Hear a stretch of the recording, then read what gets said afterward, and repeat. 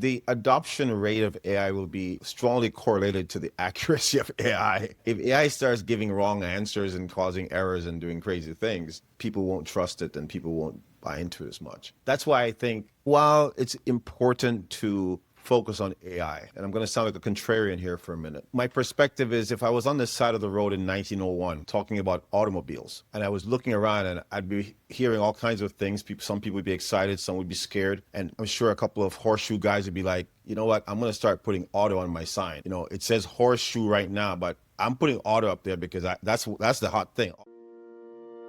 The Digital Banking Podcast is powered by Typhone. Typhone is the creator of Infinia, a dramatically better digital banking platform for community financial institutions, as well as several platform-agnostic, revenue-generating point solutions. Our highly configurable platform and broad ecosystem of third-party partners ensure our entire suite is scalable and extensible to meet the needs of any FI. On our podcast, you will hear host Josh DeTar discuss today's most pressing financial technology topics with seasoned industry experts from every possible discipline.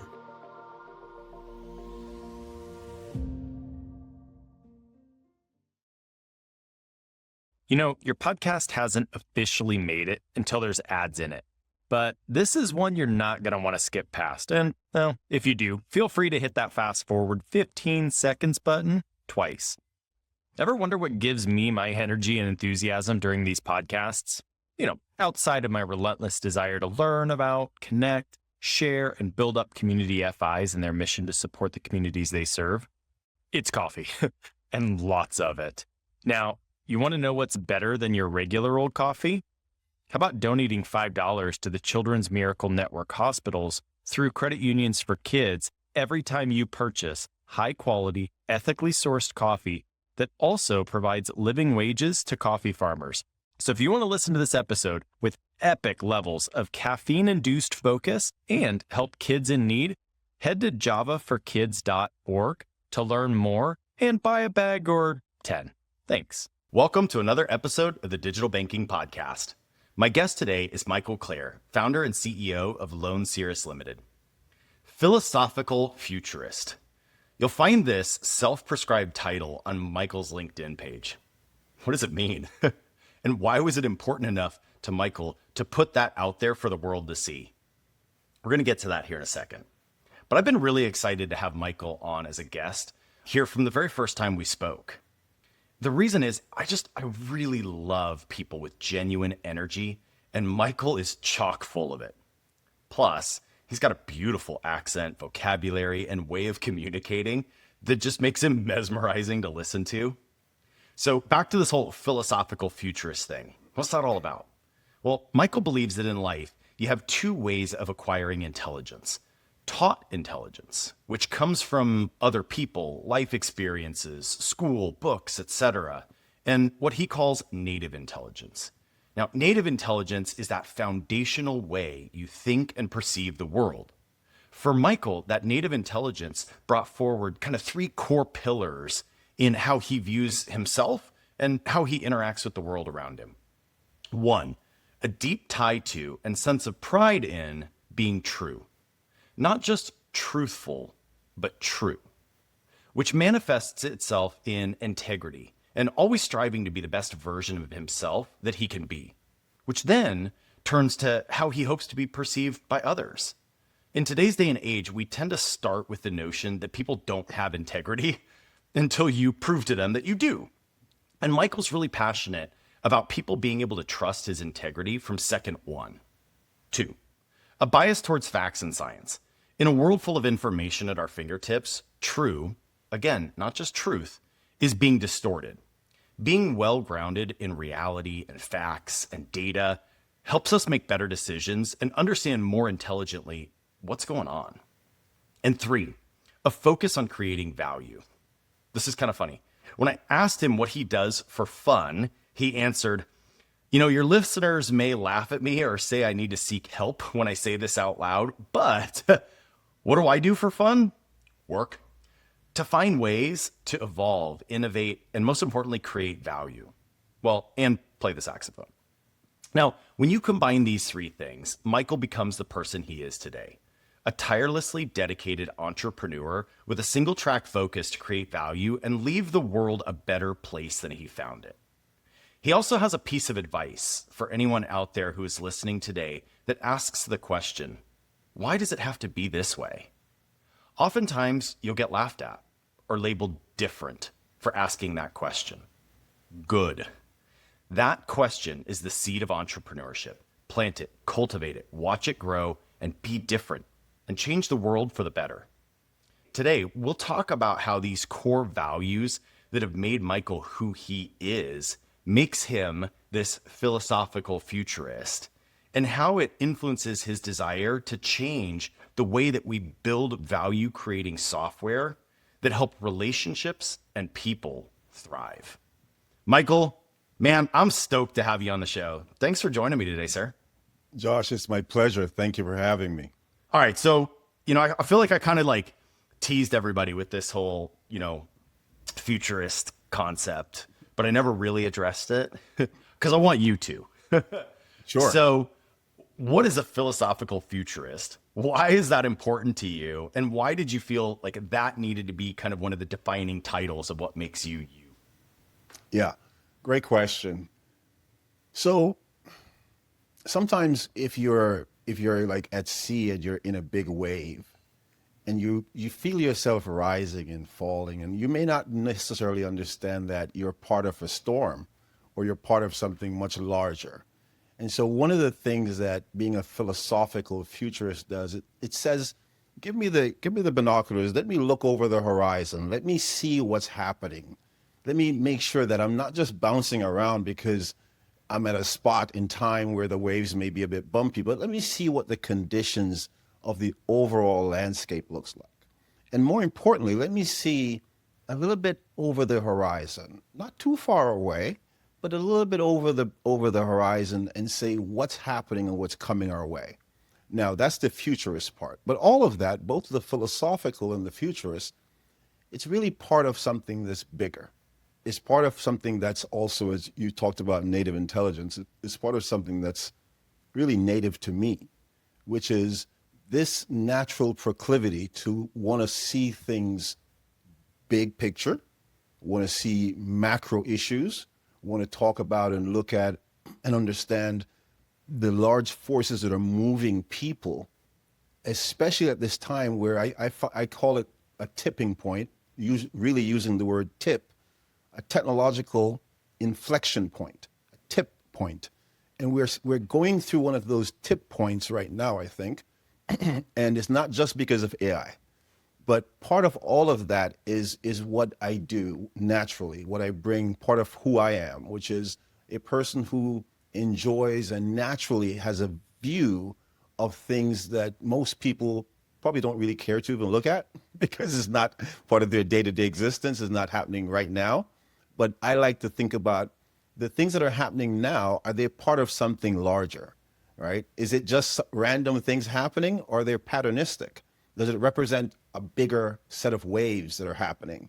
Or are you just stuck on a boat in one place, bumping around, thinking that, hey, there's a storm, but really there's no storm, And so that change of perspective is what being a philosophical futurist is really all about. One of the other things, if I may be so bold, you might consider adding to that title is I feel like just in the very short time that we've been able to get to know each other, you're also incredibly optimistic about all of that. Even if what you see over the horizon doesn't look good. Like, you seem to always find a way where you're like, that big old storm that's coming, like, here's the positive that's in it. And I think, especially for people who've listened to this show are probably, no stranger to know. I love bringing CEOs and founders on because I think they just provide such unique perspective into, the way somebody who's willing to like take the risk to jump out and start something thinks. But as, you think about just your role as a founder and a CEO, that's kind of a part of it. You kind of have to think a little bit further ahead. You have to plan, you have to strategize. But you're talking about even kind of looking at things a little further and a little bit different. And I think when that happens, there's almost two paths that you see people go down, and I'm probably overgeneralizing, but if you are looking super far ahead and you're looking at the things that are coming, people either take a very pessimistic or optimistic view of that. You seem to take a very optimistic one. And you'd like to know why? Yeah. Yeah. So I'll give you a few reasons. It's more fun to be optimistic than to be pessimistic. Okay, that's honestly, look, we're like 8 minutes and 14 seconds in. If you take nothing else away from this podcast, please just take that away. Dude, Yeah. it's just way more fun. Okay. It's a lot more fun to live on this planet, assuming positive things will happen, Yeah. than it is being neurotic about all the negative things that can happen. Yeah. And so I start there, right? It's not a fake optimism. It's not because I read something or I listened to a podcast. It's really just a perception on life that I'm really happy to be here. I'm filled with gratitude about being in this space-time with you and everybody else. It's a cool way of thinking of it. And I'm really happy that I'm here now, because my understanding of the world and the history of the world is that there's actually no time in the past that I would want to be here over now. Think about that. We didn't have hot water. We didn't have sanitation. We didn't have good science that we would allow us to live a healthy, long life. There are lots of things that weren't really cool in the past. Yeah. So for me to be pessimistic would mean not only a fear of the future, but a reminiscent affection for the past, which I don't have. I'm all in on the future, because every time I look at the past, I see horror shows. Yeah. Every time I look at the past, I see things that humans have done to other people, to ourselves, other humans, that are horrific. Every time I look at the past, I see that we were barbarians at some points. And every time I see us now and I see us in the future, I say, there is hope. We can be better. And so, I don't know, optimism is natural for me. Yeah. You see from that genesis, it comes naturally. Now, I also can't think of how I could ever be an entrepreneur without being an optimist. Yeah. Because, I mean, it's the hardest thing anyone can do, is to believe that they can take their idea and turn it into a viable business. Very, very difficult. And to make that journey even possible, before we even get to successful, just to make it a possible journey requires optimism of a kind that most people don't have.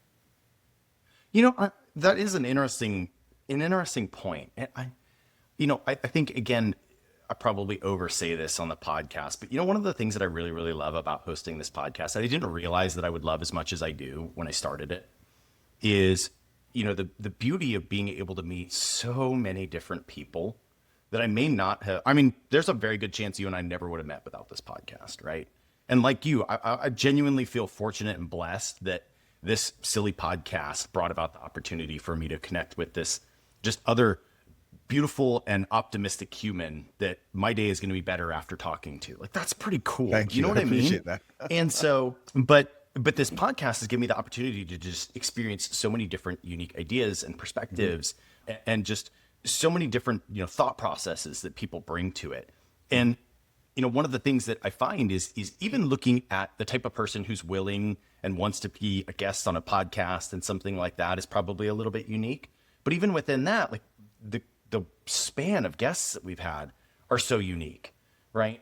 And I would agree. And I don't think that I think you would agree with me. I don't think you're saying this in a negative connotation, but that is the truth. Like, the vast majority of people are not the type of people that are going to start a company, right? That have that entrepreneurial mindset. I'll be the first one to tell you, I am not. I've never been that way. That's just not, that was not my native intelligence, Michael. Like, I always say, I love being a good number two. I will come help and I will come operationalize your crazy ideas, but I am not going to be the dude leading the charge with the crazy ideas. And so it's cool when you have kind of that balance, but I'm really curious, like, for you, as you interact with other entrepreneurs and other CEOs and other founders and people who are not, Like, what do you see in just kind of the common traits of what makes somebody willing to start something? And I would agree with you, not just start something, but see it through the highs and lows to eventually be able to look back and say, I did something cool that changed whatever. Well, I don't know all the reasons that make somebody want to walk on broken glass and eat fire and starve their kids and make all these crazy sacrifices and, maybe not even make it a reality anyways. It's a mindset that I don't know that I have the intellectual ability to fully understand why it happens across the world, across different cultures, across different histories of peoples. You find entrepreneurism in every corner of the globe. And it's always existed as far as our records tell us. There've always been people who said, let's do this thing, let's try this thing, let's sell this thing, let's make this thing, right? And what causes that? What is the genesis of it? What is the impetus behind it? I think for certain a founding dissatisfaction with your current condition is one of the seeds that requires. You must be dissatisfied with the current situation. If you're happy with the current situation, there is no desire to change anything, and there's no desire to solve any problem because you don't see a problem. Yeah. So the first thing is to see that something could be made better. Now, what causes that? I really don't know. I think that comes in our genetic makeup somehow. It comes in who we are as people. As it's just like some people are born to be number ones in everything they do. They have to be the first. They have to be the leader. They have to win. And some people are fine not being the leader. They're fine supporting the leader to win, right? And that's just how people are wired. But I do think environmentally and in terms of our attributes and our habits, I do think there are markers, there are things that you do see when you look at successful people across the board, across almost any facet of life. If you look at people who have achieved any kind of success in an empirical way, not just somebody saying I'm successful, but you can look at their life and say, yeah, they've achieved something. What you'll find are the following things. Number one, they were persistent. That's the first thing you'll find. They had many reasons when they could have quit. They had many reasons when things went bad, but they were persistent at whatever it is they were doing, whether it was going to school, taking night courses, whether it was your business idea, whether it was your business planning, whatever it was, you stuck with it. All right. No one who is successful ever says, I quit on it. Yeah. Right. So persistence is key. The second thing is that's connected to persistence, and we were just talking about this, is optimism. Yeah. Because pessimistic people aren't persistent. Shockingly. Kind of go hand in hand. I can see that. Right. So the persistence requires some optimism. It's why you don't give up. Yeah. Right. And so we can look at successful people and just go down the list of the attributes and the key markers that we see. And it's a pretty long list. There are a number of things on it, but the main things, I think, as I said, persistence, optimism, and integrity.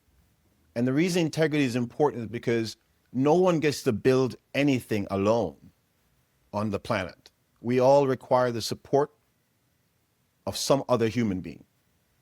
And humans have a choice not to do business, not to work with people if they don't believe they have integrity. We all have that choice, yeah? So it's the only way, it's a key ingredient in building anything. You have to have personal integrity. Anyone who tries to build anything without personal integrity quickly finds that the thing is not going to be very durable. You know, I appreciate that you brought up that point. And here's why. Mm-hmm. Because I would disagree with you to some point about the ability to do things without integrity and without, the support of the genuine love and support of others, right? I mean, we look at it. We've seen, plenty of people who've made lots of money, built big companies with zero integrity, right? But I think if I might put words in your mouth, what you're saying is that you may have done that, but you did not meet the definition of success. Because I would argue that even though you've built a big company, you've made lots of money, you drive the fancy car, if you did it without integrity, in my book, you're not successful. You're absolutely correct. And that's a great perspective. It marginalizes the very definition of success for sure. But the other thing, we can expand this idea of integrity to look at more than just personal integrity. So in business, you have to keep integrity with your customers. The products and services you deliver must meet some modicum of integrity in terms of what you said you were going to do and what you actually did. Businesses that don't have integrity at its core aren't sustainable. They may make some success in the short term, but if your business model rests upon violating integrity with your customers, with your employees, with your partners, then you don't have, not only have you not met the definition of success, but I also think in practical terms, Josh, you're deleterious to the success that you seek in your business. You're taking away success from your business. So it's not integrity in a sort of a Pollyannish way, in sort of a highbrow way. It's practical integrity. Because I think the thing that I'm a part of, the thing you're a part of as business people, as entrepreneurs, it's all about integrity. You see, it's about integrity with your staff. It's about integrity with your customers, as I mentioned. It's about keeping integrity with the people who you partner with. It's about keeping integrity with your financiers. It's all about integrity. And I think if you're going to be durable and sustainable, I think it goes along as a core part of the mix for businesses to be viable and for the entrepreneurial journey to be successful. And that doesn't mean, and I just want to say it quickly, that does not mean that what you said is incorrect, which is that absolutely, if your measure of success is to make money, you do not need integrity to make money. Absolutely not. Yep. You can make money in the world without integrity. The question is, can you turn that making of money into something that's really sustainable, something that inspires people, something that makes you a leader in a business? Well, that's a different thing.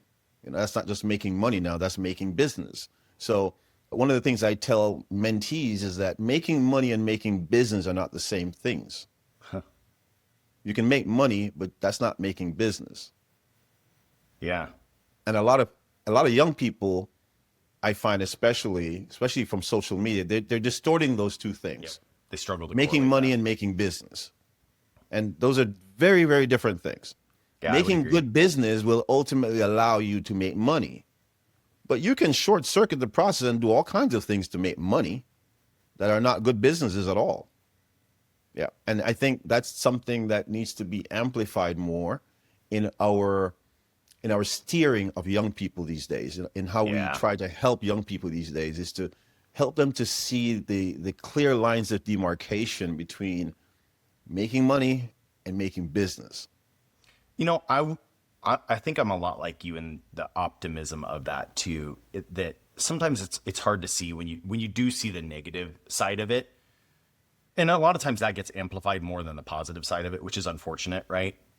But I mean, I would argue that if you do business right, truly do it right, really care about the value that you create, about the people that you support, both in and out of your organization. You do things the right way. You uphold honesty and integrity and transparency. I fundamentally believe at my core that will also make you money. Absolutely. Because it'll be successful.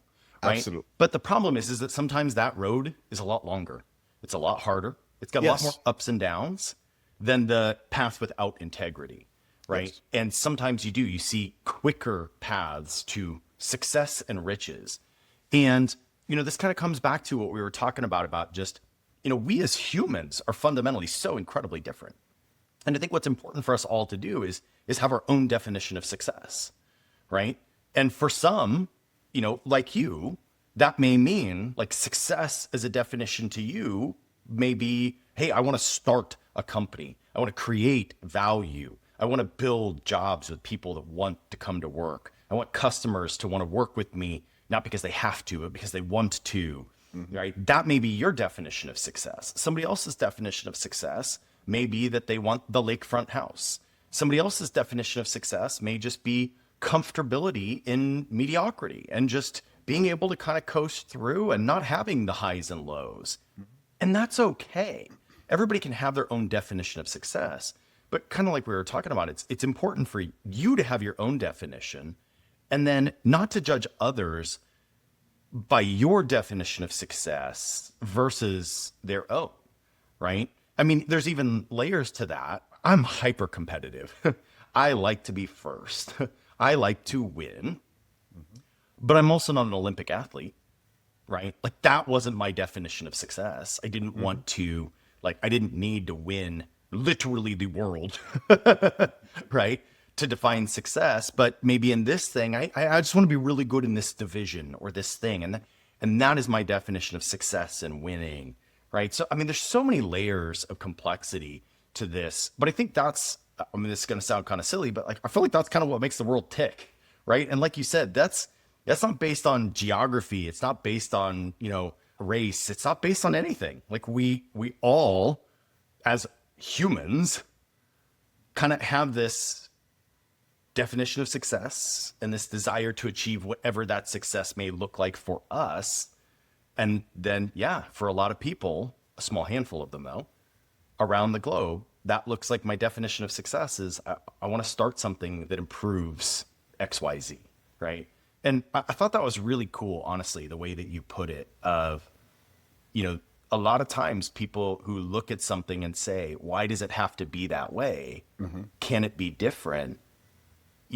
Again, if we use our own definition of success or what the status quo should be, that may put that person down and label them as different or as being a disruptor to the system or whatever it may be. But you're like, good, bring it on. Like that's the mother of invention, baby. Let's go. I love that attitude, man. Yeah. We have to remember sort of how most of us people, humans, how we get our marching orders. We get our marching orders starting in kindergarten. We get our marching orders learning our alphabet, learning the basics about life. And then we get our marching orders as we go through what is a very predictable and a very controversial educational curriculum that most of us in the Western world, for sure, and really globally over the last maybe 100 years have sort of believed this works for developing proper human beings with the right mix of curiosity and industry. And this is the game we've been playing. And then most humans come up through that system and they have a view of themselves and a view of the world that they have.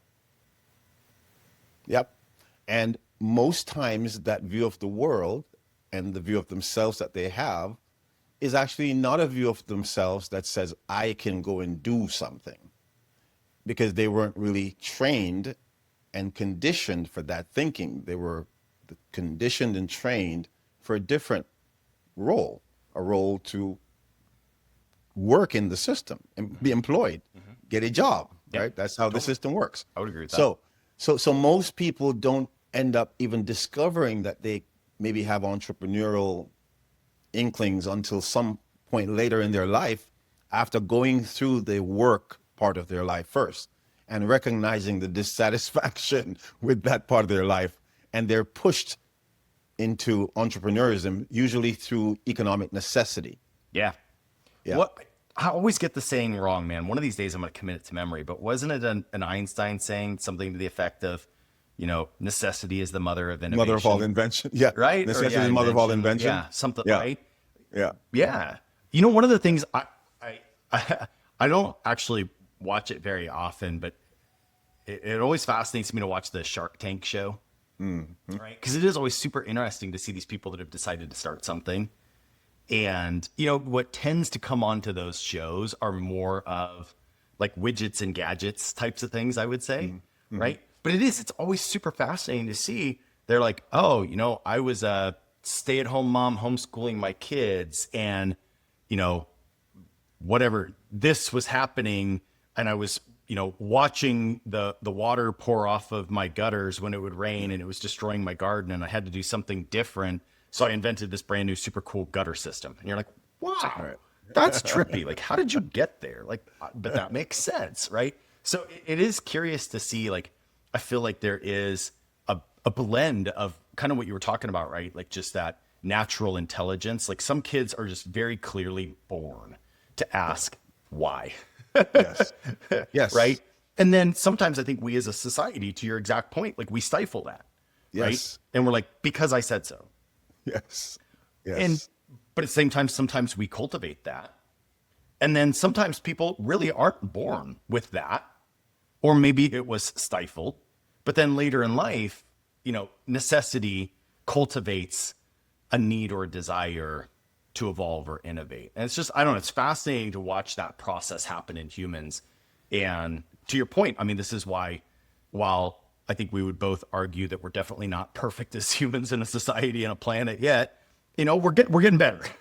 We're getting better. And that's a very important perspective for us to have. So we're getting better. Yeah, we're not getting worse. If you think we're getting worse, just read some history books. Yeah, no kidding. Seriously. We're not getting worse. We're getting better. With all the problems that we think we're having, and let's not diminish some of these problems. They're real. Yeah, totally agree. Okay. But we're getting better. We're on a clear trajectory of massive improvement in human conditions on this planet. Yeah. I'm happy to be alive today. The only other time I'd want to be alive is in the future. Well, especially if we get to shape it, right? So, all right. So people are probably sitting here wondering, like, why is this like conversation happening on a podcast called the Digital Banking Podcast? Right. But I think it's really important. Like this one, I mean, you've probably seen in the last 30 minutes why I was so fascinated to talk to Michael in the first place. But one of the reasons why I think we both felt it was important to even just have this part of the free-flowing conversation be about philosophy and future and thought process and entrepreneurship is, one of the things that we really wanted to talk about and discuss in long form for our listeners to hear us kind of talk through was, this idea that the software development world is changing, has changed, right?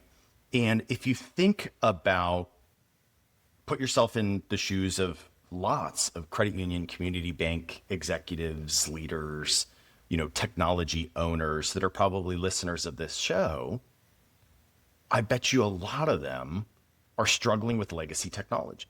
And what do we do about that? Where do we go from there? And the question is why? And we wanted to take it back to how software was originally thought about and kind of created. And Michael, what I thought was really interesting was you brought it all the way back to even just like the core three things that a business kind of starts life with, right? Which is you have to make it better, faster, or cheaper. And I say, or now you were saying, there used to be a time where we got and, but now we're in a little bit more of an or state. But so your business has to make things better, faster, or cheaper, right? We're going through a big evolutionary cycle in software development and value creation.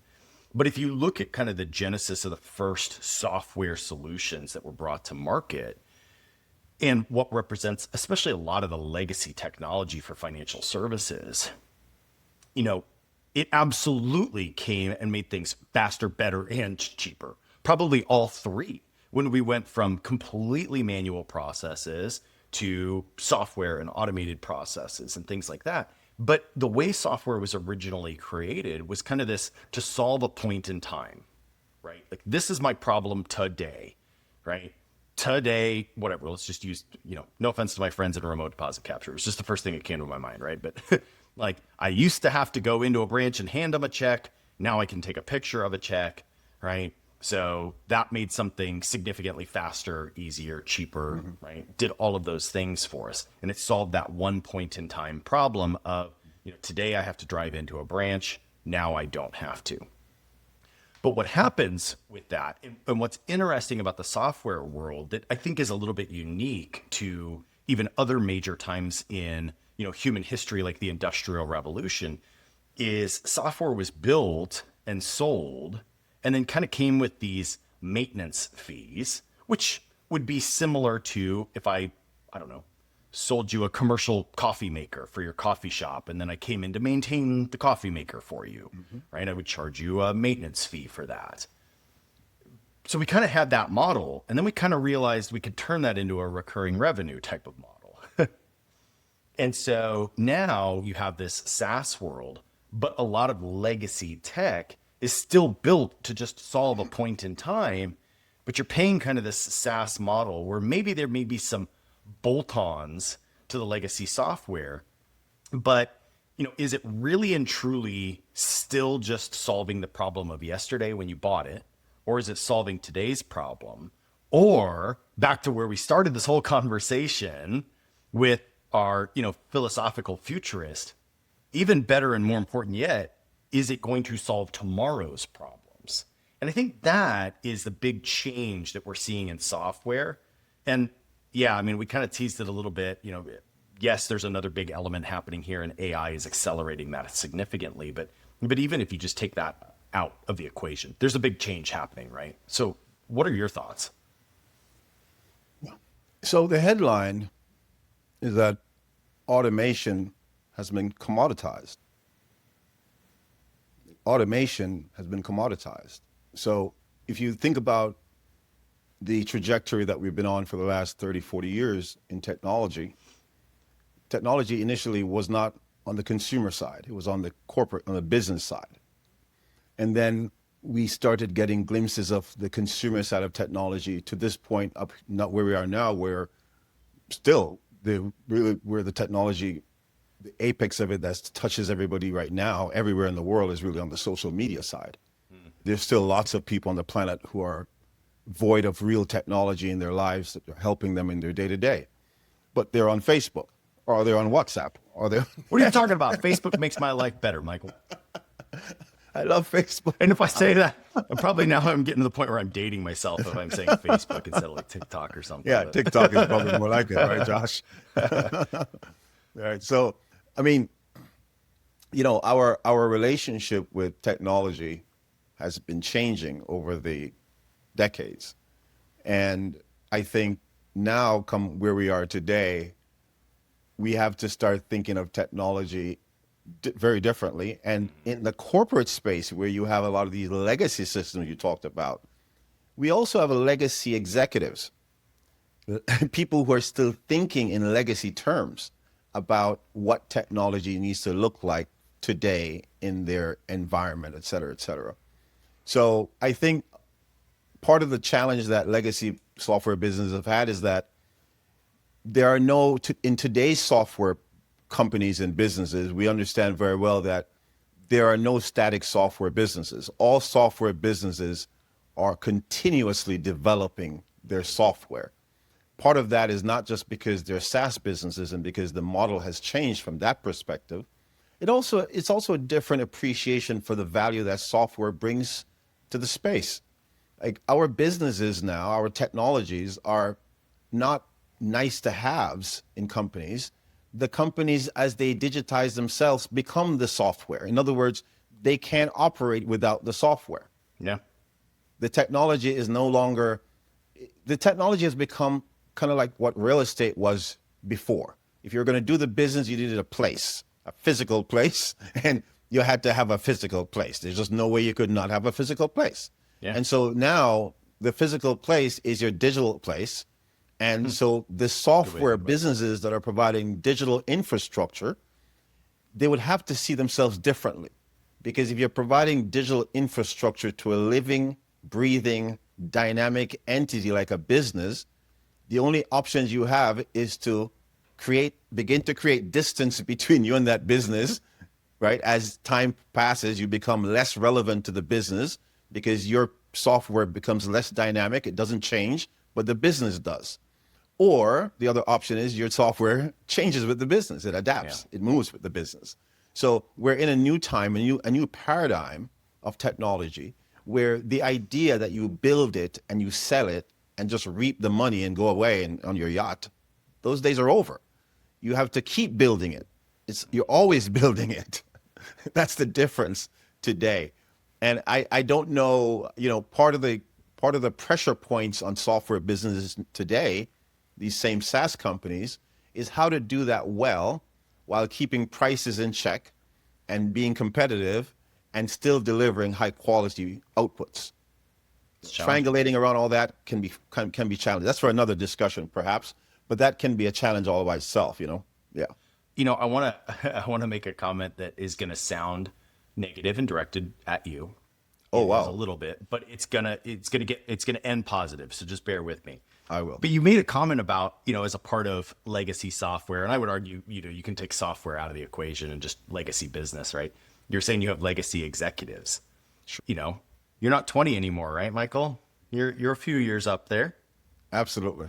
But I think legacy doesn't equal age. No, absolutely right? not. I'm you so can glad be you said that. young and be operating in legacy mentality, and you can be old and operating with an innovative, forward-thinking, evolving mindset, right? We have to disaggregate and untether our numeric age from our intellectual age. They have nothing in common. We all have the ability, regardless of our numeric age, to be steeped intellectually in what's happening today. We all have the ability to be steeped in things that are new. We all have the ability to overcome our fear that something that's new that we heard about that we think might affect our business, but we're scared to ask for help to understand it. We all have the ability to overcome and to be in this time. What causes this distortion in the echelons of corporate leadership is that we have people, some of them may be even young numerically, and some of them may be old numerically, but all of them are legacy in the way they're approaching technology and how they see it in their businesses. And part of that, as I mentioned earlier, is that we're stuck on automation and we can't see that we're past automation, and where we are now is intelligence. I don't want to talk about the AI shiny thing just yet. Before we get to the AI, we're on this continuum where before we did anything, we had to get data. If you remember, back in the 70s and 80s, it was about databases, remember? And so it was all about how do we get data in, because we didn't have anything called databases before.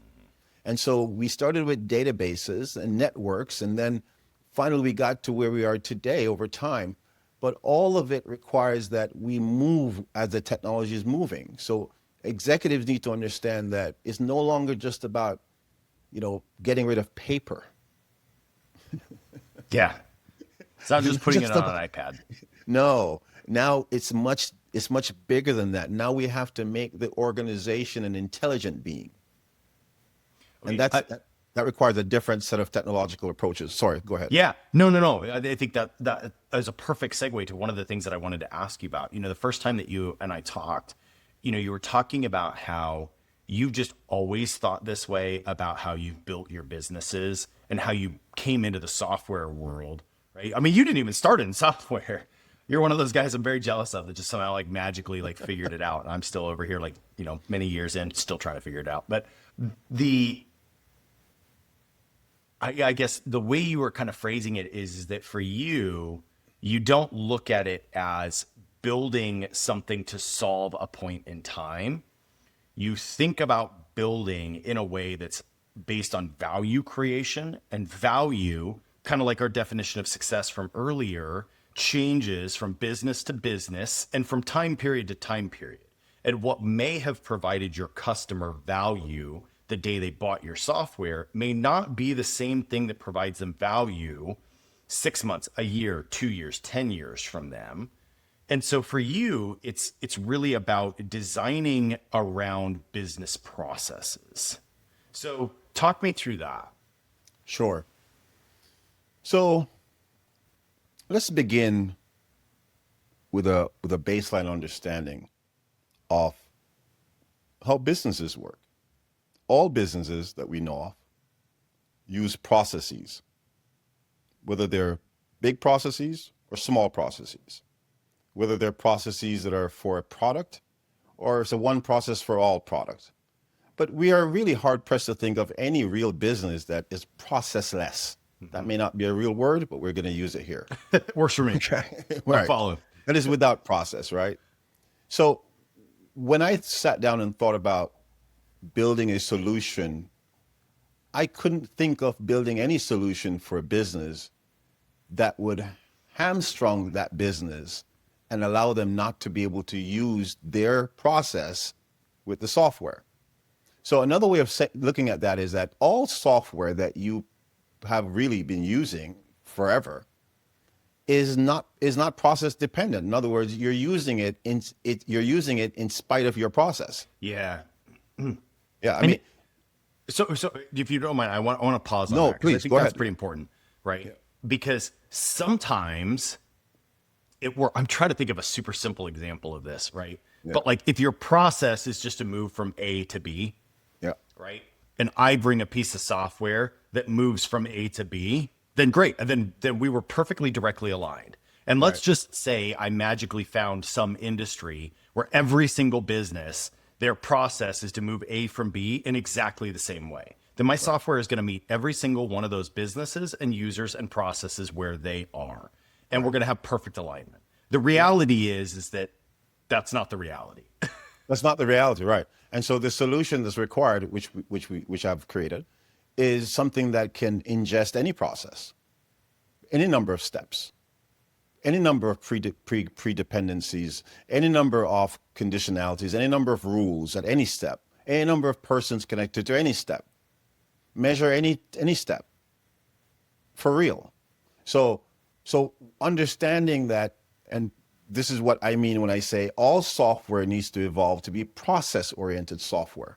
Because you see, the only way, and this is part of the reason why businesses have not realized all of the benefits that they had hoped to gain from software, is because the software that we've all been using has been completely void of process.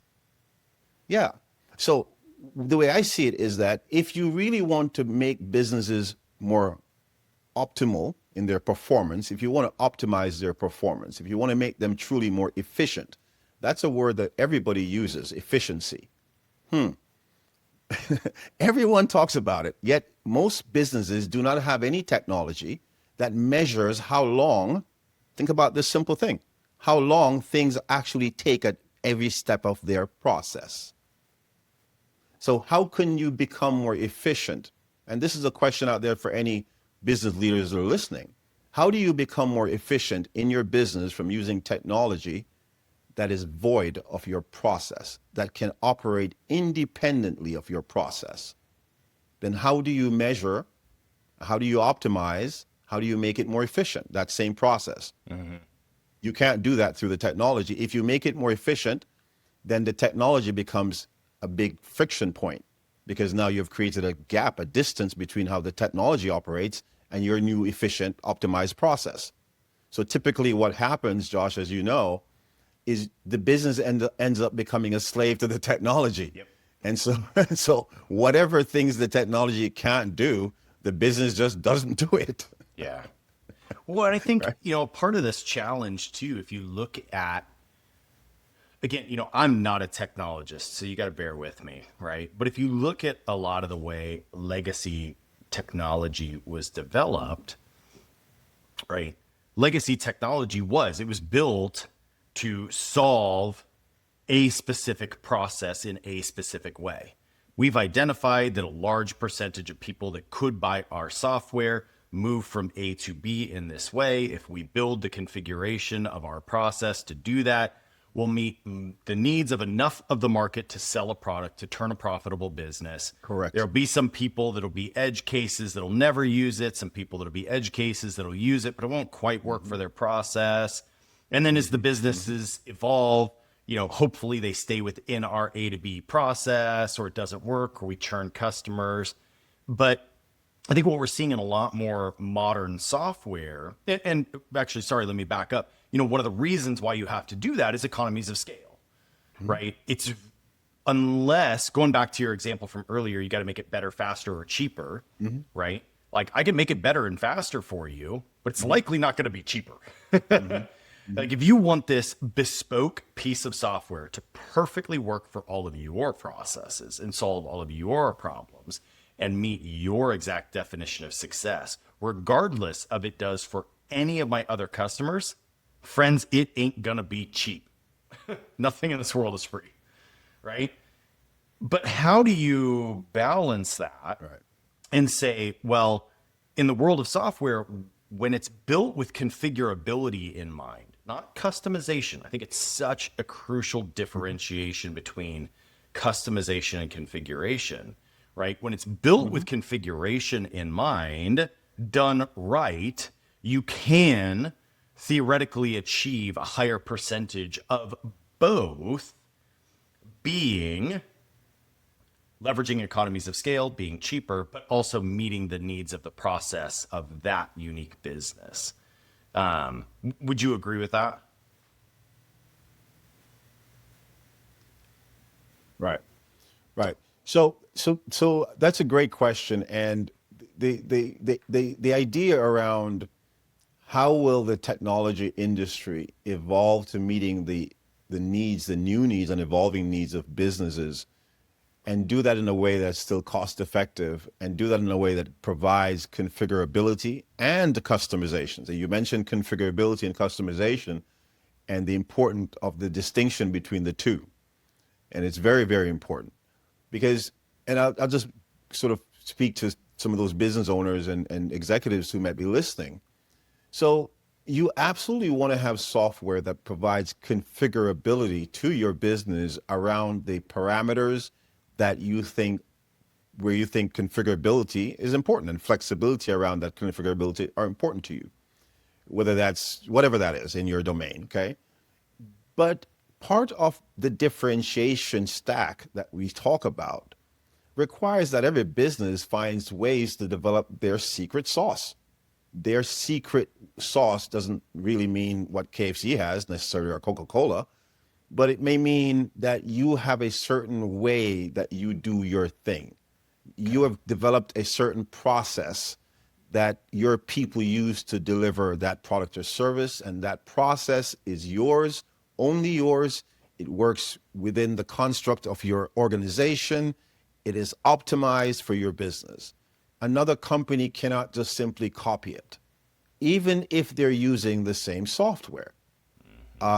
So what we're talking about here is evolving technologies and software to a place where the configurability is dynamic to a certain extent, meaning one company can configure it a certain way, another company can configure it a different way, and matching that with some customization gives you the secret sauce, the differentiation that you really need to fight the increasing and ever-present pressures of commoditization that is always hovering over technology businesses, always. Okay. And so I don't think it's an either or. I think it's a combination of configurability that's strategic, that's well done, that's properly implemented, along with a willingness, an openness, an acceptance of the necessity to have customizations as part of what we're selling and delivering to the market. Because we cannot speak out of both sides of our mouths by saying, hey, business, differentiate. Please differentiate. But use these common software elements that will never let you differentiate. Yeah. They don't match up in my head. So to me, the same piece of software is the credit union down the street, the same one down the street, the same one down the street. And somebody said this to me actually yesterday. My good buddy Eric Fisher, our SVP of sales, made a comment to me, and I can't unsee it, Michael. And he was talking about how, if in a sea of sameness, where you buy the same technology stack through and through, like maybe from one specific vendor, and then all of your community of businesses by the same one, you're just franchises of that software business. Correct. Can't unsee it. Correct. That's exactly right. And I mean, it's very, very, very important. This tipping point, this inflection point that we're at, both in our understanding of what software should be doing for our businesses, and that also the market has as well. The market has more sophistication. Yes. We have to start to understand that the idea that we build something with some features and we push it down the throats of every customer and just copy and paste it across the market space, that is not the future of the technology market that I see. Yes. I think that's such an important point. I was just taking down a note to not forget this. You were kind of making us going down this track a second ago too. Like, what's innovation today is tomorrow's table stakes. Correct. And sometimes we don't want to admit that. Like, we've got the newest, coolest thing. When Henry Ford brought the first car, it was innovation. It was radically different. It, did all the things that we've talked about. It added value. It was faster. It was cheaper. It was better. It was all the things. Dude, now cars are a commodity. Like, everybody's got to have a car. So now what's the differentiating feature in the car? Well, not that long ago, something like CarPlay was a differentiating feature. And the other day, I was with my team on a work trip, and we got a rental car, and it was a brand new car, no CarPlay. And we were like, minds blown. We're like, that's table stakes now. But it's just funny to think that it was not that long ago where that was a really cool selling point and feature to have something like CarPlay. And now it's just table stakes.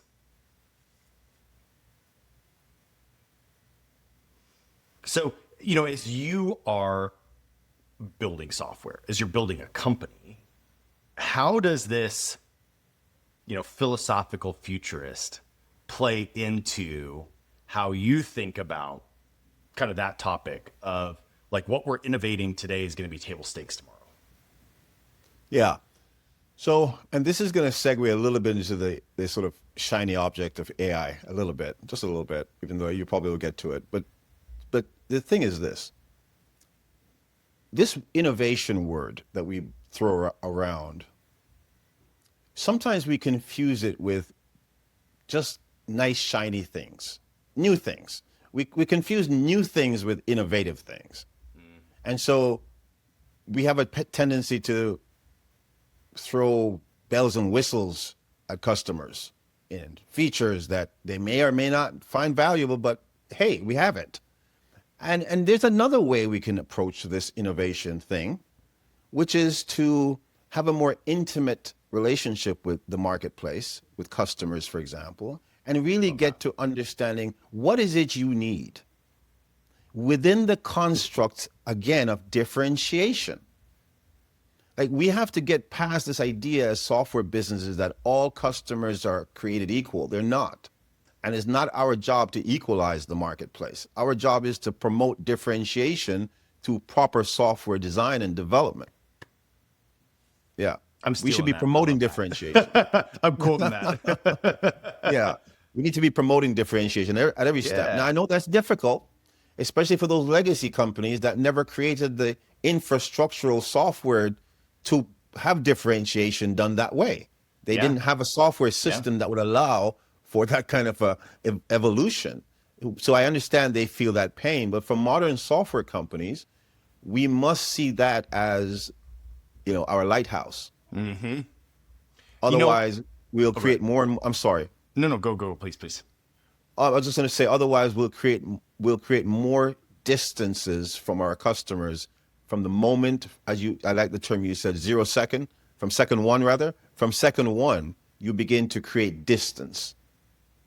You have to see that very clearly, right? So without a strategy, like I just described, from second one, from the moment you sign the contract with that customer, all that gets created is distance. Yeah. And more opportunity for some other company to come in and take that opportunity away. Yeah. I make the argument all the time, especially in the world of software, right? And again, we haven't even touched on the pace at which software development has been done and is going to be done is going to be light years apart. It already is light years apart, right? But I make the argument that even in the software development world of last year, for the most part, we can build what our competitors build. They can build what we build. It's just software, man. It's ones and zeros. We can replicate it. Basically, barring patents. There's nothing to say. If you roll out this widget, I can't roll out that widget pretty quickly behind you, right? So I always argue that the question should not be what features do you have? It should be why do you have the features that you do, and why did you build them the way that you built them? And the answer has got to come back to, because I sat at the table with my customer and I understood what would actually add value, and therefore I built this feature in this way to add that value. If you're doing anything other than that, you're doing exactly what you were just saying, right? And it's like, Yes. I solved the point in time when I sold you. Yes. I want And to now just we'll add depart. something. I want to add something really important to that. Very important. Customers are sometimes always right about a lot of things, but they're rarely right about software specifications. Over-reliance on customers to direct the software evolution can be as problematic as ignoring the customers. So we have to find a middle ground. And that middle ground looks like this, in my view. You certainly want to take the customer's pain. They usually have a great understanding of their pain Yeah. that they can articulate with clarity. What they oftentimes cannot articulate with clarity is what the solution should be. Bingo. Right. That is a super important point. Right. And so you've got to come with some external intelligence, and this requires domain expertise. You must understand the domain that the customer's world exists in. And a lack of understanding of the customer's domain is the root of all evil. So once the customer expresses the pain, that's really all you need from that customer. You need to take that inside and design the best in breed solution that solves the customer's unique specific problem, but also provides value across the spectrum. Yeah. Yeah. No, that's a good point. I mean, and that's why I think that's why it's so incredibly important, especially in a world like software for financial institutions, right? It has to be a meeting of the minds with a mutual respect for each other's position in that relationship, right? And why you were brought to the table and what expertise and value you add. And, I think that's going back to, it's why did you build the feature that you did? Well, it may not be because my customer said, I need to move from point A to point B, right? What I need to understand is not how you want to move from point A to point B. What I need to understand is what is point B and what is the value of getting to point B for you? And then it's my job as the software developer to say, how can I do that in the best way for my customer? Right? It does. It's got to be, and sometimes they do, right? Sometimes they have great ideas on how to solve the problem. But I think sometimes they too, don't. if we say I'm going to stick to a rigid, I know the solution, you actually miss out on a better solution, right? Correct. So how do you do both? And I think that brings us back to something that you said that I really wanted to come back to, which was, you were talking about differentiation. And it's like, if we all have the same piece of software, there's no differentiation. And I would argue, like, this may be an uncomfortable truth, but I'm sorry, credit unions and community banks, you live in a world of tremendous competition. Consumers have so many options for who they can do their banking with.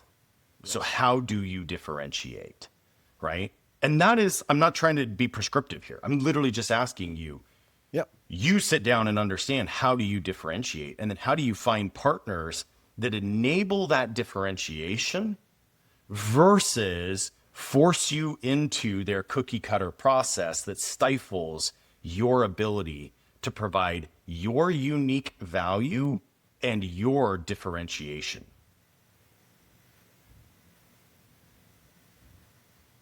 Okay, I got to pick your brain on this. I lost the last part of your question. Oh, there wasn't a question. I just lost the last part of your question. But I kind of know where you were going with that. Yeah, it's the seminal issue of how do we bridge that divide, so to speak. Yeah. And how do we find that right balancing where we're giving the market, things that work out the box. These things are good, but we know and we understand that one size doesn't fit all, that there has to be differentiation. You need a secret sauce. You need your way of doing it. And how do we make sure that the software, through a combination, as I mentioned earlier, of both configuration, and customizations. Yeah. Right. We still, Josh, as you know, we are still up against many companies who do not believe that their software should be customized. Okay. They're against it. And when clients want customizations, they either say no or they provide a economic reason for them to say no by just saying it's going to cost some exorbitant amount of money. But I think for the technology businesses that are going to be around 5 years from now, who serve businesses, the posture has to be adjusted. If the technology will allow it, the posture has to be one where you welcome customization and you welcome configurability of your software to meet the stated goal of differentiation for the business. If we're going to be enablers of differentiation for businesses, which I think should be the mission of software businesses today, we ought to be enablers of differentiation for companies. Yeah, I like that a lot. Yeah. So now I got to ask you, right? Like we've been talking about, you like to look out to the future. You got your binoculars. We've been talking about how the world of software development has changed. How is AI going to change that? Like, you made a pretty big statement a second ago by saying if you're going to be in business 5 years from now. I also would almost challenge that to say that's assuming old ways of building software. Man, and the new ways of building software, it may be if you want to be around 6 months from now. Yeah, possibly. But I think, one of the things that I think, and this will segue nicely into AI. So,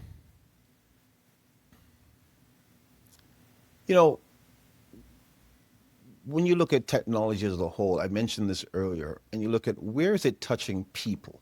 Like, where is it actually touching people? You realize that is the biggest stack of the technology stack isn't really touching people. So AI, where is it going to touch people? We're unsure about that right now. All we have where it's touching people right now is represented through large language models that help us to complete some of the mundane things that we've been doing and help us to think through certain things. Very valuable, not diminishing it. But I am beyond that, and I'm thinking, okay, where are the durable, practical applications of AI going to be? How is that going to happen? Who is marshaling that effort? Is it going to be that a bunch of tech guys create the next piece of AI for lawyers? Is it going to be that some bunch of tech guys will create the next AI for the entire educational system? Like, what's the role of bringing in domain partners into understanding how AI can practically and safely and ethically actually help solve real problems within those domains? So I do not see AI as this sort of massive thing. I'm seeing AI as potentially domain-oriented solution sets. But I am not so sure that we have created, or even if we're thinking about the proper way to do that. Because think about this, Josh. I don't want to be long-winded here, but this is an important point. The way we have thought about and the way we have built software in the past, as you have mentioned, is going to change rapidly. But the way we have thought about software is going to change as well. In the new world that's coming that I see, the way we think about software will shift. And so the idea that you have built a piece of software, AI enabled, that does some general things for people, just general things. That's nice. And we're having fun with the LLMs now. That's nice. But what's going to be really impactful is when we start having software and AI that is specific to helping people in certain domains to do certain practical things. We see that starting to happen in healthcare, but we're not anywhere. The focus is not on that. As you see, the focus is not on that aspect of AI. It's not on how do we get doctors and nurses and people in the medical community and pharmacists and everybody together to figure out, okay, how does AI shape this industry? Yeah, because without that kind of I don't even consider that micro, right? Because those are big industries, and so they're macro within their own right. But without that sort of organized approach, what we'll do is become basically slaves to LLMs that are so generalized in their understanding that they won't work everywhere and they won't provide the same value everywhere. For example, what about the cultural differences that we find around the world? Right? How does an LLM deal with? Does it give this person in Southeast Asia the same answer as it gives the person in Kansas? Where are the biases and how biased are they? And so we're going to run into these massive problems because it's one world, but we know from experience that it's one world with significant differences in terms of how people live. For example, I'll give you an example, a practical example, as we're both talking about financial services. The idea of money is not understood globally in the same way. That's true. Yep. The idea of money and credit and debt is not understood the same way. Yeah, it's so very true. How does AI deal with that? If we're going to deal with AI and talk about, for example, things like default predictions, something that must be on everybody's mind as we talk about AI. Certainly it's on my mind, but how does that compute globally? It doesn't compute globally through some LLM. No, you're going to have to think of AI in domain context so that it can actually shape and apply itself in those particular jurisdictions. Otherwise, it'll be so skewed that you'll have so many falsehoods that it will undermine itself. That's my view of it. Yeah, I think I have a fairly similar view in some regards that it's got to be very use case driven. Yes. Right. And a lot of what we see is folks talking about pie in the sky. Mm-hmm. Yeah. But to your point, like it's got to be very, very focused on like this whole conversation, like a process that needs to be optimized, right? And how can we take, the combined world's knowledge and experience and data and quickly sift through it to make, to your point from, your introduction, like better data-driven decisions and things. And, I think we are seeing some really, really cool examples of, use cases being solved. Apologies, Siva and Monica. I know I'm going to get this one wrong, but our CEO, his wife is a PhD researcher at Oregon Health Science University. Mm-hmm. And she focuses on a very specific type of cancer. And there's some element of like a protein synthesis or breakdown that they've just never been able to like crack the nut on, right? And through our CEO, she got connected to one of the Google AI teams. And they actually came and met with her research group. And, they had a meeting of exactly what we were just talking about. She just told them the problem, mm-hmm. right? And then a month later, Michael, they said, let's have a follow-up meeting. She was like, great, come down to the office. She was fully expecting to say, okay, here's kind of what we're thinking about, blah, blah, blah, blah, blah. Mm-hmm. They came in and they go, we solved your problem. Mm-hmm. Here's the answer. She was like, holy smokes, that you cracked the thing. Right. And so, but that was a very purpose-built application to solve a very specific thing. Yes. And you can't just say, okay, well, now that's going to solve every medical everything. Correct. No, it's very specific, very purpose-built. But if we identify very specific value add use cases, I think there's a lot of practical application. Yes. And one of the challenges we'll run into that we'll have to think through. So the way we think about AI and the way we think about any kind of patternistic technology is always that it needs to be trained on a model. So the reason for that is sort of obvious to those who are in the know. It needs the data and it needs to see the patterns and then make inferences from those patterns and so forth and so on. The challenge that you have as you get into domain is that you may not have always enough data where both is mathematically sufficient or you're comfortable that you have sufficient amount of data to derive the proper outputs. And so you may end up having deployments that are skewed from the get-go and that end up doing bad things on the flip side. So we'll have to solve that problem, which is minimizing the trainability or minimizing the threshold for trainability on models. Yes, that's a super good point, dude. You know, it's interesting. We literally just had a use case proof point our CTO showed us all on our leadership team. Was walking through how he did something. And he took something that would have normally taken a team probably about 6 to 7 months to do. And we're talking a dedicated full stack team of developers to be able to do. And he built it by himself with a little bit of help from an intern in a couple of weeks using AI. But he actually walked us through his prompts and how he used, you know, the tool to be able to create this software and all the code. But what was interesting as he walked through it was he showed us examples, and it was hilarious. Like, you'd have to know our CTO to like to see his communication style in these prompts. But it was hilarious. He was like scrolling through, and you'd see sections of the prompts where he's like, "What are you doing? You are crazy." Like, no. That is not. I can read that in the code. That ain't right. What are you doing? And then LLM would literally respond and be like, "Oh yeah, you're right. I totally made that shit up." Yeah. Right? And you're like, that's why it's so important to have an expert in the loop, right? Because to your point, like for him to do that, he spotted that error in the code.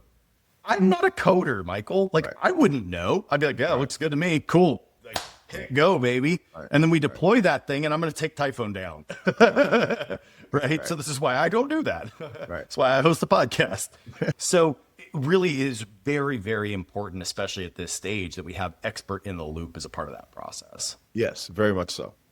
Very much so. And not having expertise at that stage, I think will be deleterious to the growth of AI and the adoption. Yeah. Because remember, the adoption rate of AI will be strongly correlated to the accuracy of AI. If AI starts giving wrong answers and causing errors and doing crazy things, people won't trust it and people won't buy into it as much.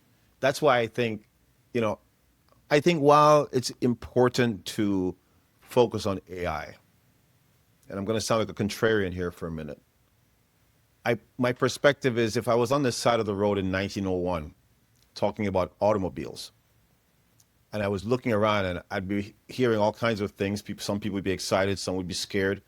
And I'm sure a couple of horseshoe guys would be like, you know what, I'm going to start putting auto on my sign. You know, it says horseshoe right now, but I'm putting auto up there because that's the hot thing. Autos are coming. And you find that we're in that stage right now where everyone is at AI this and everyone is at AI that and everybody's into AI and everybody's selling it and everybody's talking about it. But I think it's very important, especially for businesses, that we don't leap over all the still remaining inefficiencies, all the still remaining things that needs to be rectified and jump over to AI. Because for businesses, for organizations, there isn't going to be a speedy displacement to AI, okay? Because that would be too disruptive for businesses. It will take some time for businesses to adopt and replace and shift and shape. We're going to be using much of the same technology stack for a while to come. Yeah, that's a great point. Today, that technology stack is still not serving businesses optimally. It still hasn't allowed businesses to realize all of the gains that they had expected to get and that they are supposed to get from the technologies that they've invested in. And so I understand the consulting class is making a beehive to the next shiny thing, but businesses are still not being served with the technology stack that we currently have. That's a really disjointed technologies, APIs that don't work and aren't secure. I mean, I could go down the list. brittle systems that are causing businesses to have downtime, where you're doing business with real brands in some cases, and you're seeing signs, oh, our systems are down for maintenance. All these crazy things are still happening. They're still happening. So while we march towards a new conversation, which I understand is going to happen and should happen, we ought to still keep our eye on the ball, especially when we're talking to business executives, that look, somebody still recognizes that you have real needs. Somebody still sees that you need help in certain critical areas of your business that AI is not going to magically solve for you overnight. Yeah. That's I'm I think that's a soapbox really now. astute point, Michael, honestly, because That was me on my soapbox for a minute. as you look at, I think, this change in what we're seeing in the pace of software development too, it puts us in a little different position than we've been in the past, right? Where, you think about, the speed at which cars evolved and became ubiquitous and stuff. Like, people had kind of a lot of time to figure it out, to adopt processes compared to the world of software, right? But fast forward, the world of AI, the technology is the advancements that it's having is far outpacing the ability for the businesses to keep up with even what's available, right? And I think that's kind of the point that you're making is like, even though, let's say, our AI could land a rocket on Mars and colonize it and all of these things, like, we may not be ready for that for a while. So even though it's advancing at 2x, if we're only advancing at 1x, dude, we still got to take care of like the day-to-day before we can really go to that 10x. Yeah, I kind of lost you at the end, but yeah, you're exactly right. It's not just the speed. The speed is tremendous, and the speed itself is a displacement, and the speed itself is distorting, and is distorting people's ability to cope with it, and so forth and so on. But there's also another aspect to the speed issue.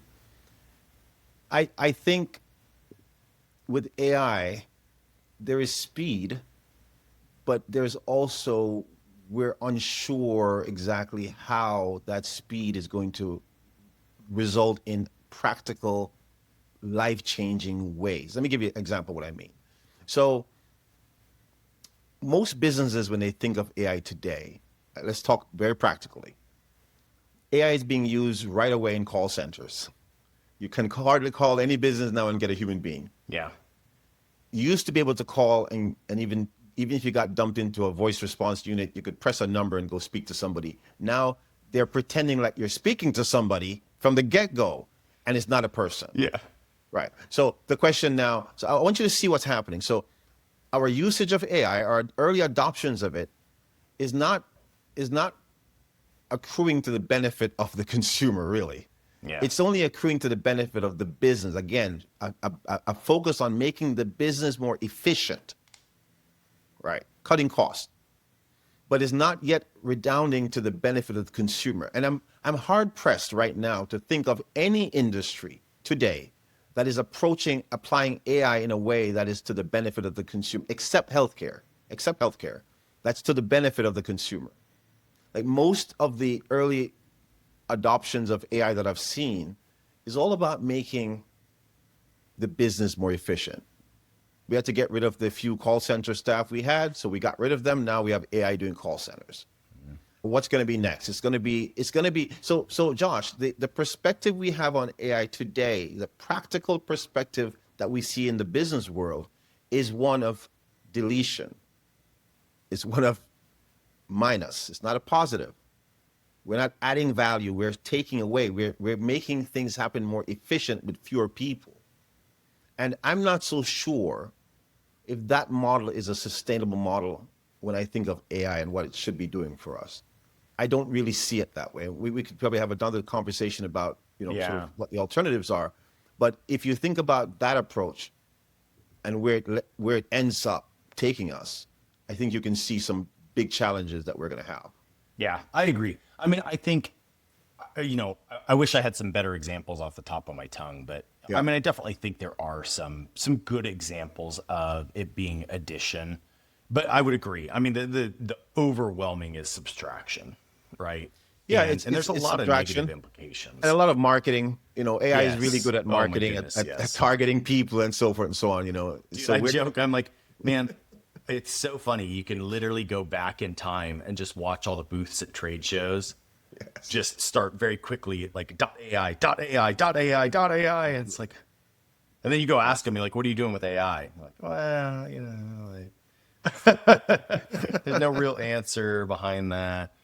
But yeah, I agree. I mean, so put on your futurist lens. What else do you see coming down the pipe? Like, what are some of the things that you're paying attention to, thinking about?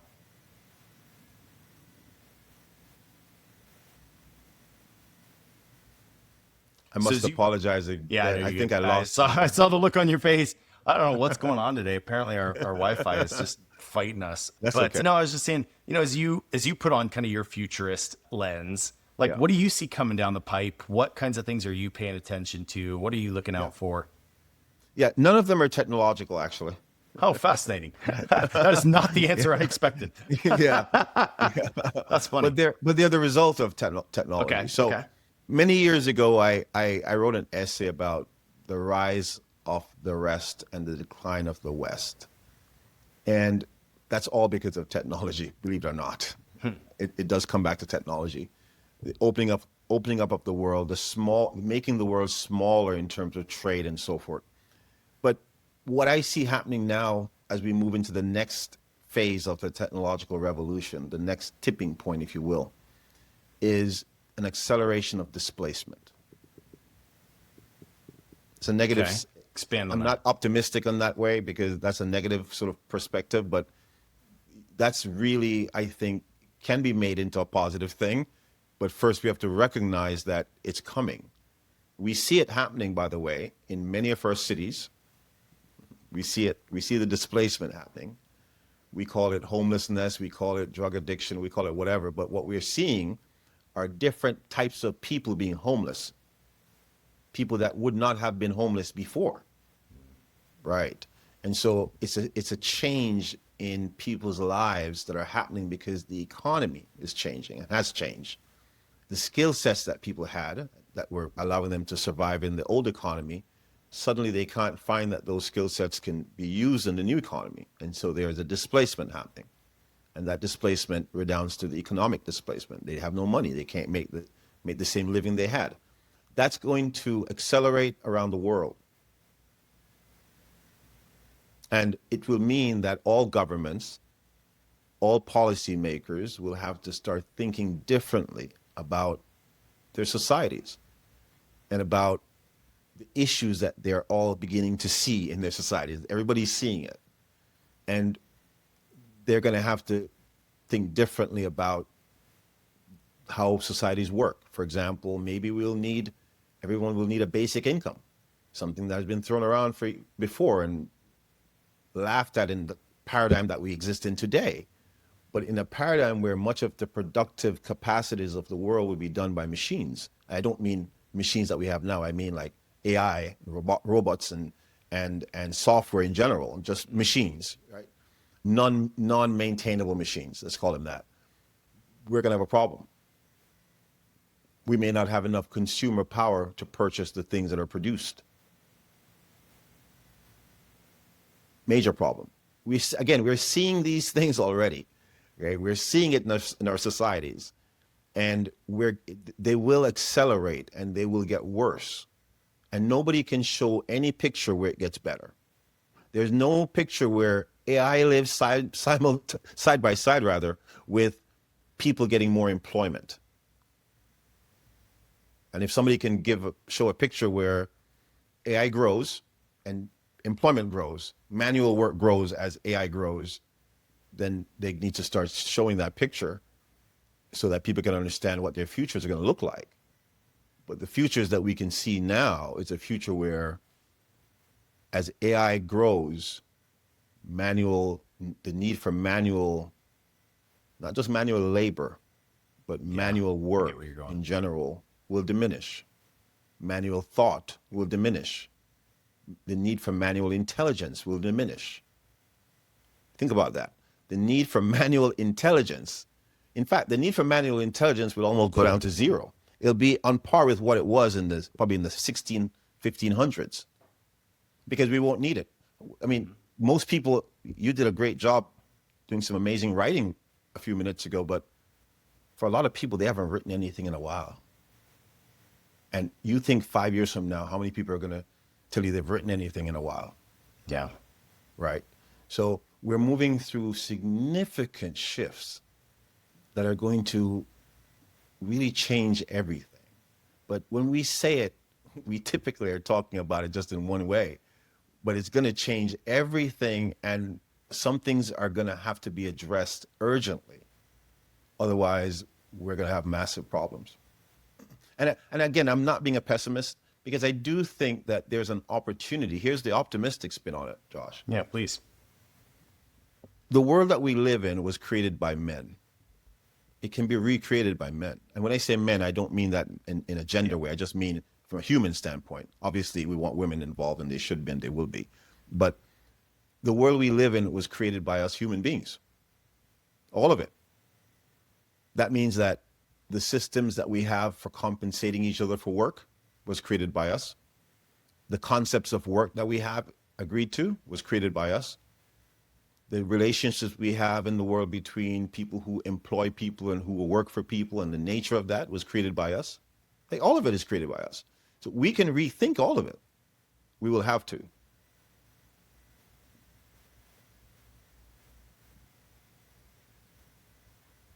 You're frozen a bit, but we'll have to rethink it. And in the rethinking of it is where people with the skills that I have, philosophical futurists, as I call myself, and other people who think over the horizon and look at things from a certain perspective, they'll be very needed as we try to reimagine the world that we live in. The world that we live in today cannot sustain. You have to choose between AI and the world we live in today. That's it. Can't have both. I agree, dude. I agree. And I'm with you. I think it's one of those, I try to have a really optimistic view of it. I'd like to think that the good outweighs the bad in humans, and that ultimately we'll navigate, as we have done for thousands of years. We will navigate, not with perfection, but we will navigate difficult, challenging times to try to create better futures for humans. Like, I agree. I really, really want to believe that, man. Because to your point, like, the other perspective really sucks. It's pretty. And not only that, Josh, the evidence supports you. Yeah. The evidence of history supports you that we have always been trying to get better and better and better. Yeah. And so you're not misplaced in that optimism. I support it 100%. But I'm with you. I think this is, we are absolutely kind of like you were talking about earlier, right? Just the ups and downs. And are we in a storm, and we've got to look out ahead and see what this actually looks like and means, and what are the things that are coming our way and the impacts and the implications? I absolutely think we're in a season of a storm, and it's a different one that we've experienced. Mm-hmm. But it's like many things we've been through, but it's different than many things that we've been through. It's a challenging time where humans have an opportunity to go left or go right, probably a few other directions. And which way are we going to go? Right. And what does that mean for humanity? And we're probably going to stumble a lot along the way because of humans, because of a lot of the things that we've talked about leading up to this. But I'm with you. I mean, I think, there's a lot of optimistic elements to this I've overused the example probably, but my wife's big revelation of finding love in ChatGPT was it helped her plant her garden. And she's always wanted to, but just been afraid to take the step of, I always kill my houseplants. Can I really keep a full garden that's growing food for our family going? Right.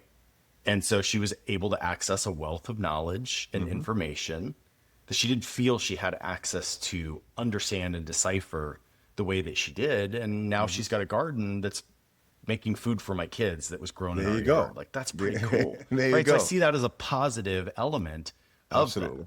that. right? It is. And But I'll just say this real quick.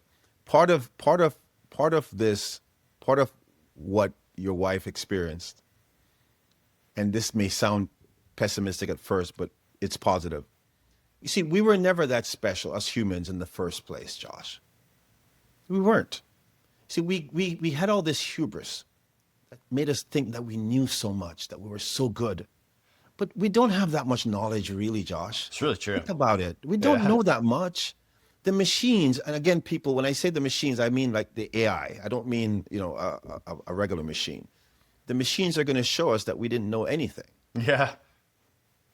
Yes. Probably very true. And so it's what we need to do is just adjust our mindset to the idea that these things are not only there to help us, they are there to make us better in every regard, really, because we weren't that good in the first place. Our memory was not that good. We can only remember maybe 5 things and then we forget. Dude, I Our remember ability what I had to for breakfast. There you go. Our ability to reason wasn't that good anyways. We can Yeah. only assimilate a certain amount of information and Yeah. process at the same time. Like we have so many deficiencies. This is our true ability to be free. Yes, to be free. Yeah. Now, that's going to take some convincing. We're gonna have to I totally agree. a lot of people are going to need to be convinced that that's Yeah. true, but it is true. This will free us. But before we get completely free, we're going to have to deal with the pain that many persons will have to experience, because remember, much of this will happen in another generation. But in this generation, we have transitory problems. People are transitioning between how they used to live and this new way, how they used to earn and this new way, how they Yeah. thought. And now you're saying think differently. The things they learned in school and it has no value now, the things they need to learn now, all these things are confusing and hurting people. And we need to get serious, very serious as a society, as societies, about how we address these things. Man, I think that's a great point on this. Like, and I don't know. It's interesting. I feel like a lot of times our episodes kind of end with that like thought process of, Yeah. none of us knows what tomorrow's going to hold. And there's going to be challenges. And ultimately, I'd like to think that we're just trying to be better every day. Every day. So I've really appreciated your perspective. But before I let you go, I got 2 final questions for you, sir. So where do you go to get information? Like what's kind of your source of, gathering intelligence? Great question. I'm going to answer it this way. So first of all, everyone listening should be very cautious in this time about where you're getting your information. That's the first thing. We live in a time now where there's a significant line of demarcation between information and knowledge. And so we've got to become very careful. We've got to become stewards of managing the filters in our lives that allow you to keep certain things out and bring certain things in. So that's the first framing I would give the audience around Appreciate that. where do I get information? We all have to ask ourselves that question about where are we getting information and where are we getting knowledge and where are we getting entertainment? Much of the information we get today that we think is knowledge is just entertainment information, and we're confusing it with knowledge.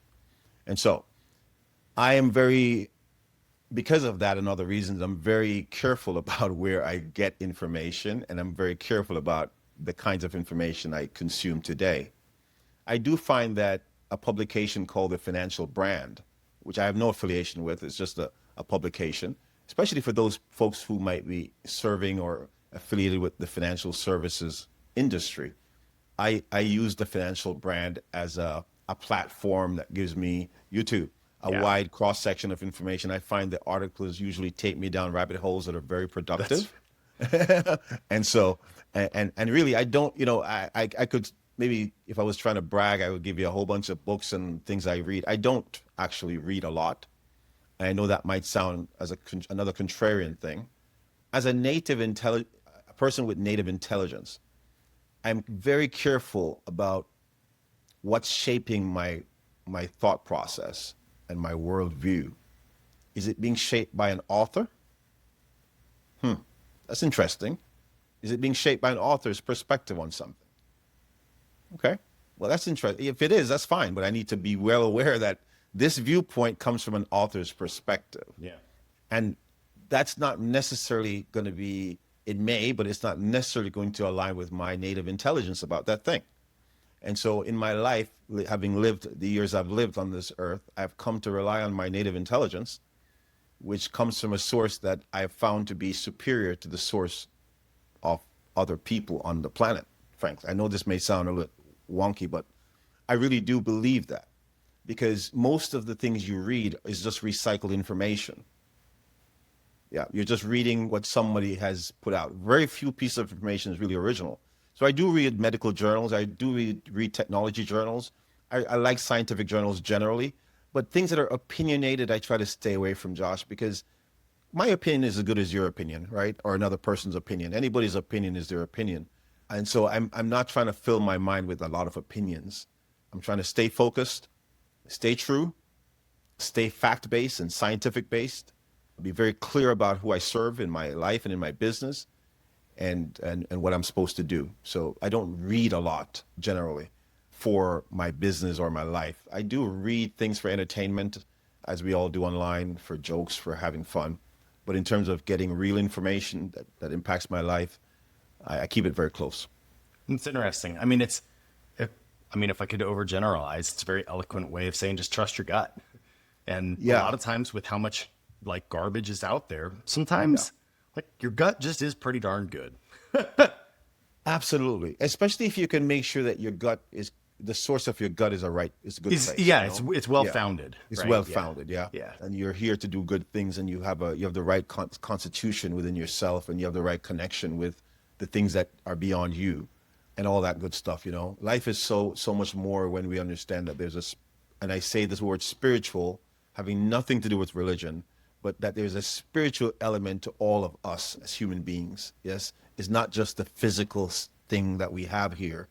And if we can connect into that eternal aspects of our lives and our beings, and this idea, these concepts have been echoed by other people before me, but I'm fully convinced that understanding that other side of ourselves, the spiritual parts of ourselves, and understanding that there's nothing that we need that isn't yet created for us. Everything we need is already on the planet Earth. Mm-hmm. So then it's a matter of attraction, isn't it? It's not a matter of desire. It's a matter of attraction. And so that's for another time, perhaps. But I really believe that having that kind of constitution within yourself is part of being the right kind of person to be successful and to live a good life on this planet. Yeah. I feel like you just started a new and totally different podcast episode. Probably. Well, but so to that point, actually, so if people want to continue the conversation, if people want to connect with you, or if they want to learn more about LoanCirrus and what you guys are doing over there, how can they do that? Well, that one's easy. LoanCirrus.com, LoanCirrus.com is a good place to start. I'm one of those leaders that I actually put my personal information out there. You can call me. My number is actually on my LinkedIn. My email is on my LinkedIn. I'm not hiding from anybody. I'm here to create value in the world. So if you're a person who wants to create value in the world, I'm reachable. You know where to find you. I love it. We'll have links to that. But seriously, Michael, this was an absolute blast, man. I knew it was going to be, but I really appreciated just kind of the depth and the molding of the conversation throughout. I mean, it's one of the reasons why I really love doing this, just completely off the cuff, unscripted. Like we kind of had a little bit of an idea where we might go, and I think we kind of went all over the place, but I really appreciated kind of that philosophical approach. I think it's a lot of what I think makes life interesting to talk about. So this was it was a really fun conversation to have. And yeah, I just wanted to thank you again for coming and being a guest on the Digital Banking Podcast. Josh, great interviews are not made by the interviewees. I think they're made by the interviewers. So. See, I very strongly disagree with that, sir. I think I even made the joke to you before the start. The only reason I make a good podcast host is I'm a dummy. So I just ask all the dumb questions that nobody else is willing to ask. only those dumb questions brought out my answers. So no, this has been a blast. I appreciate you. Thank you very much. Michael. Thank you for listening to the Digital Banking Podcast, powered by Typhone. Find more episodes on digitalbankingpodcast.com or subscribe on Apple Podcasts or wherever you get your favorite podcasts.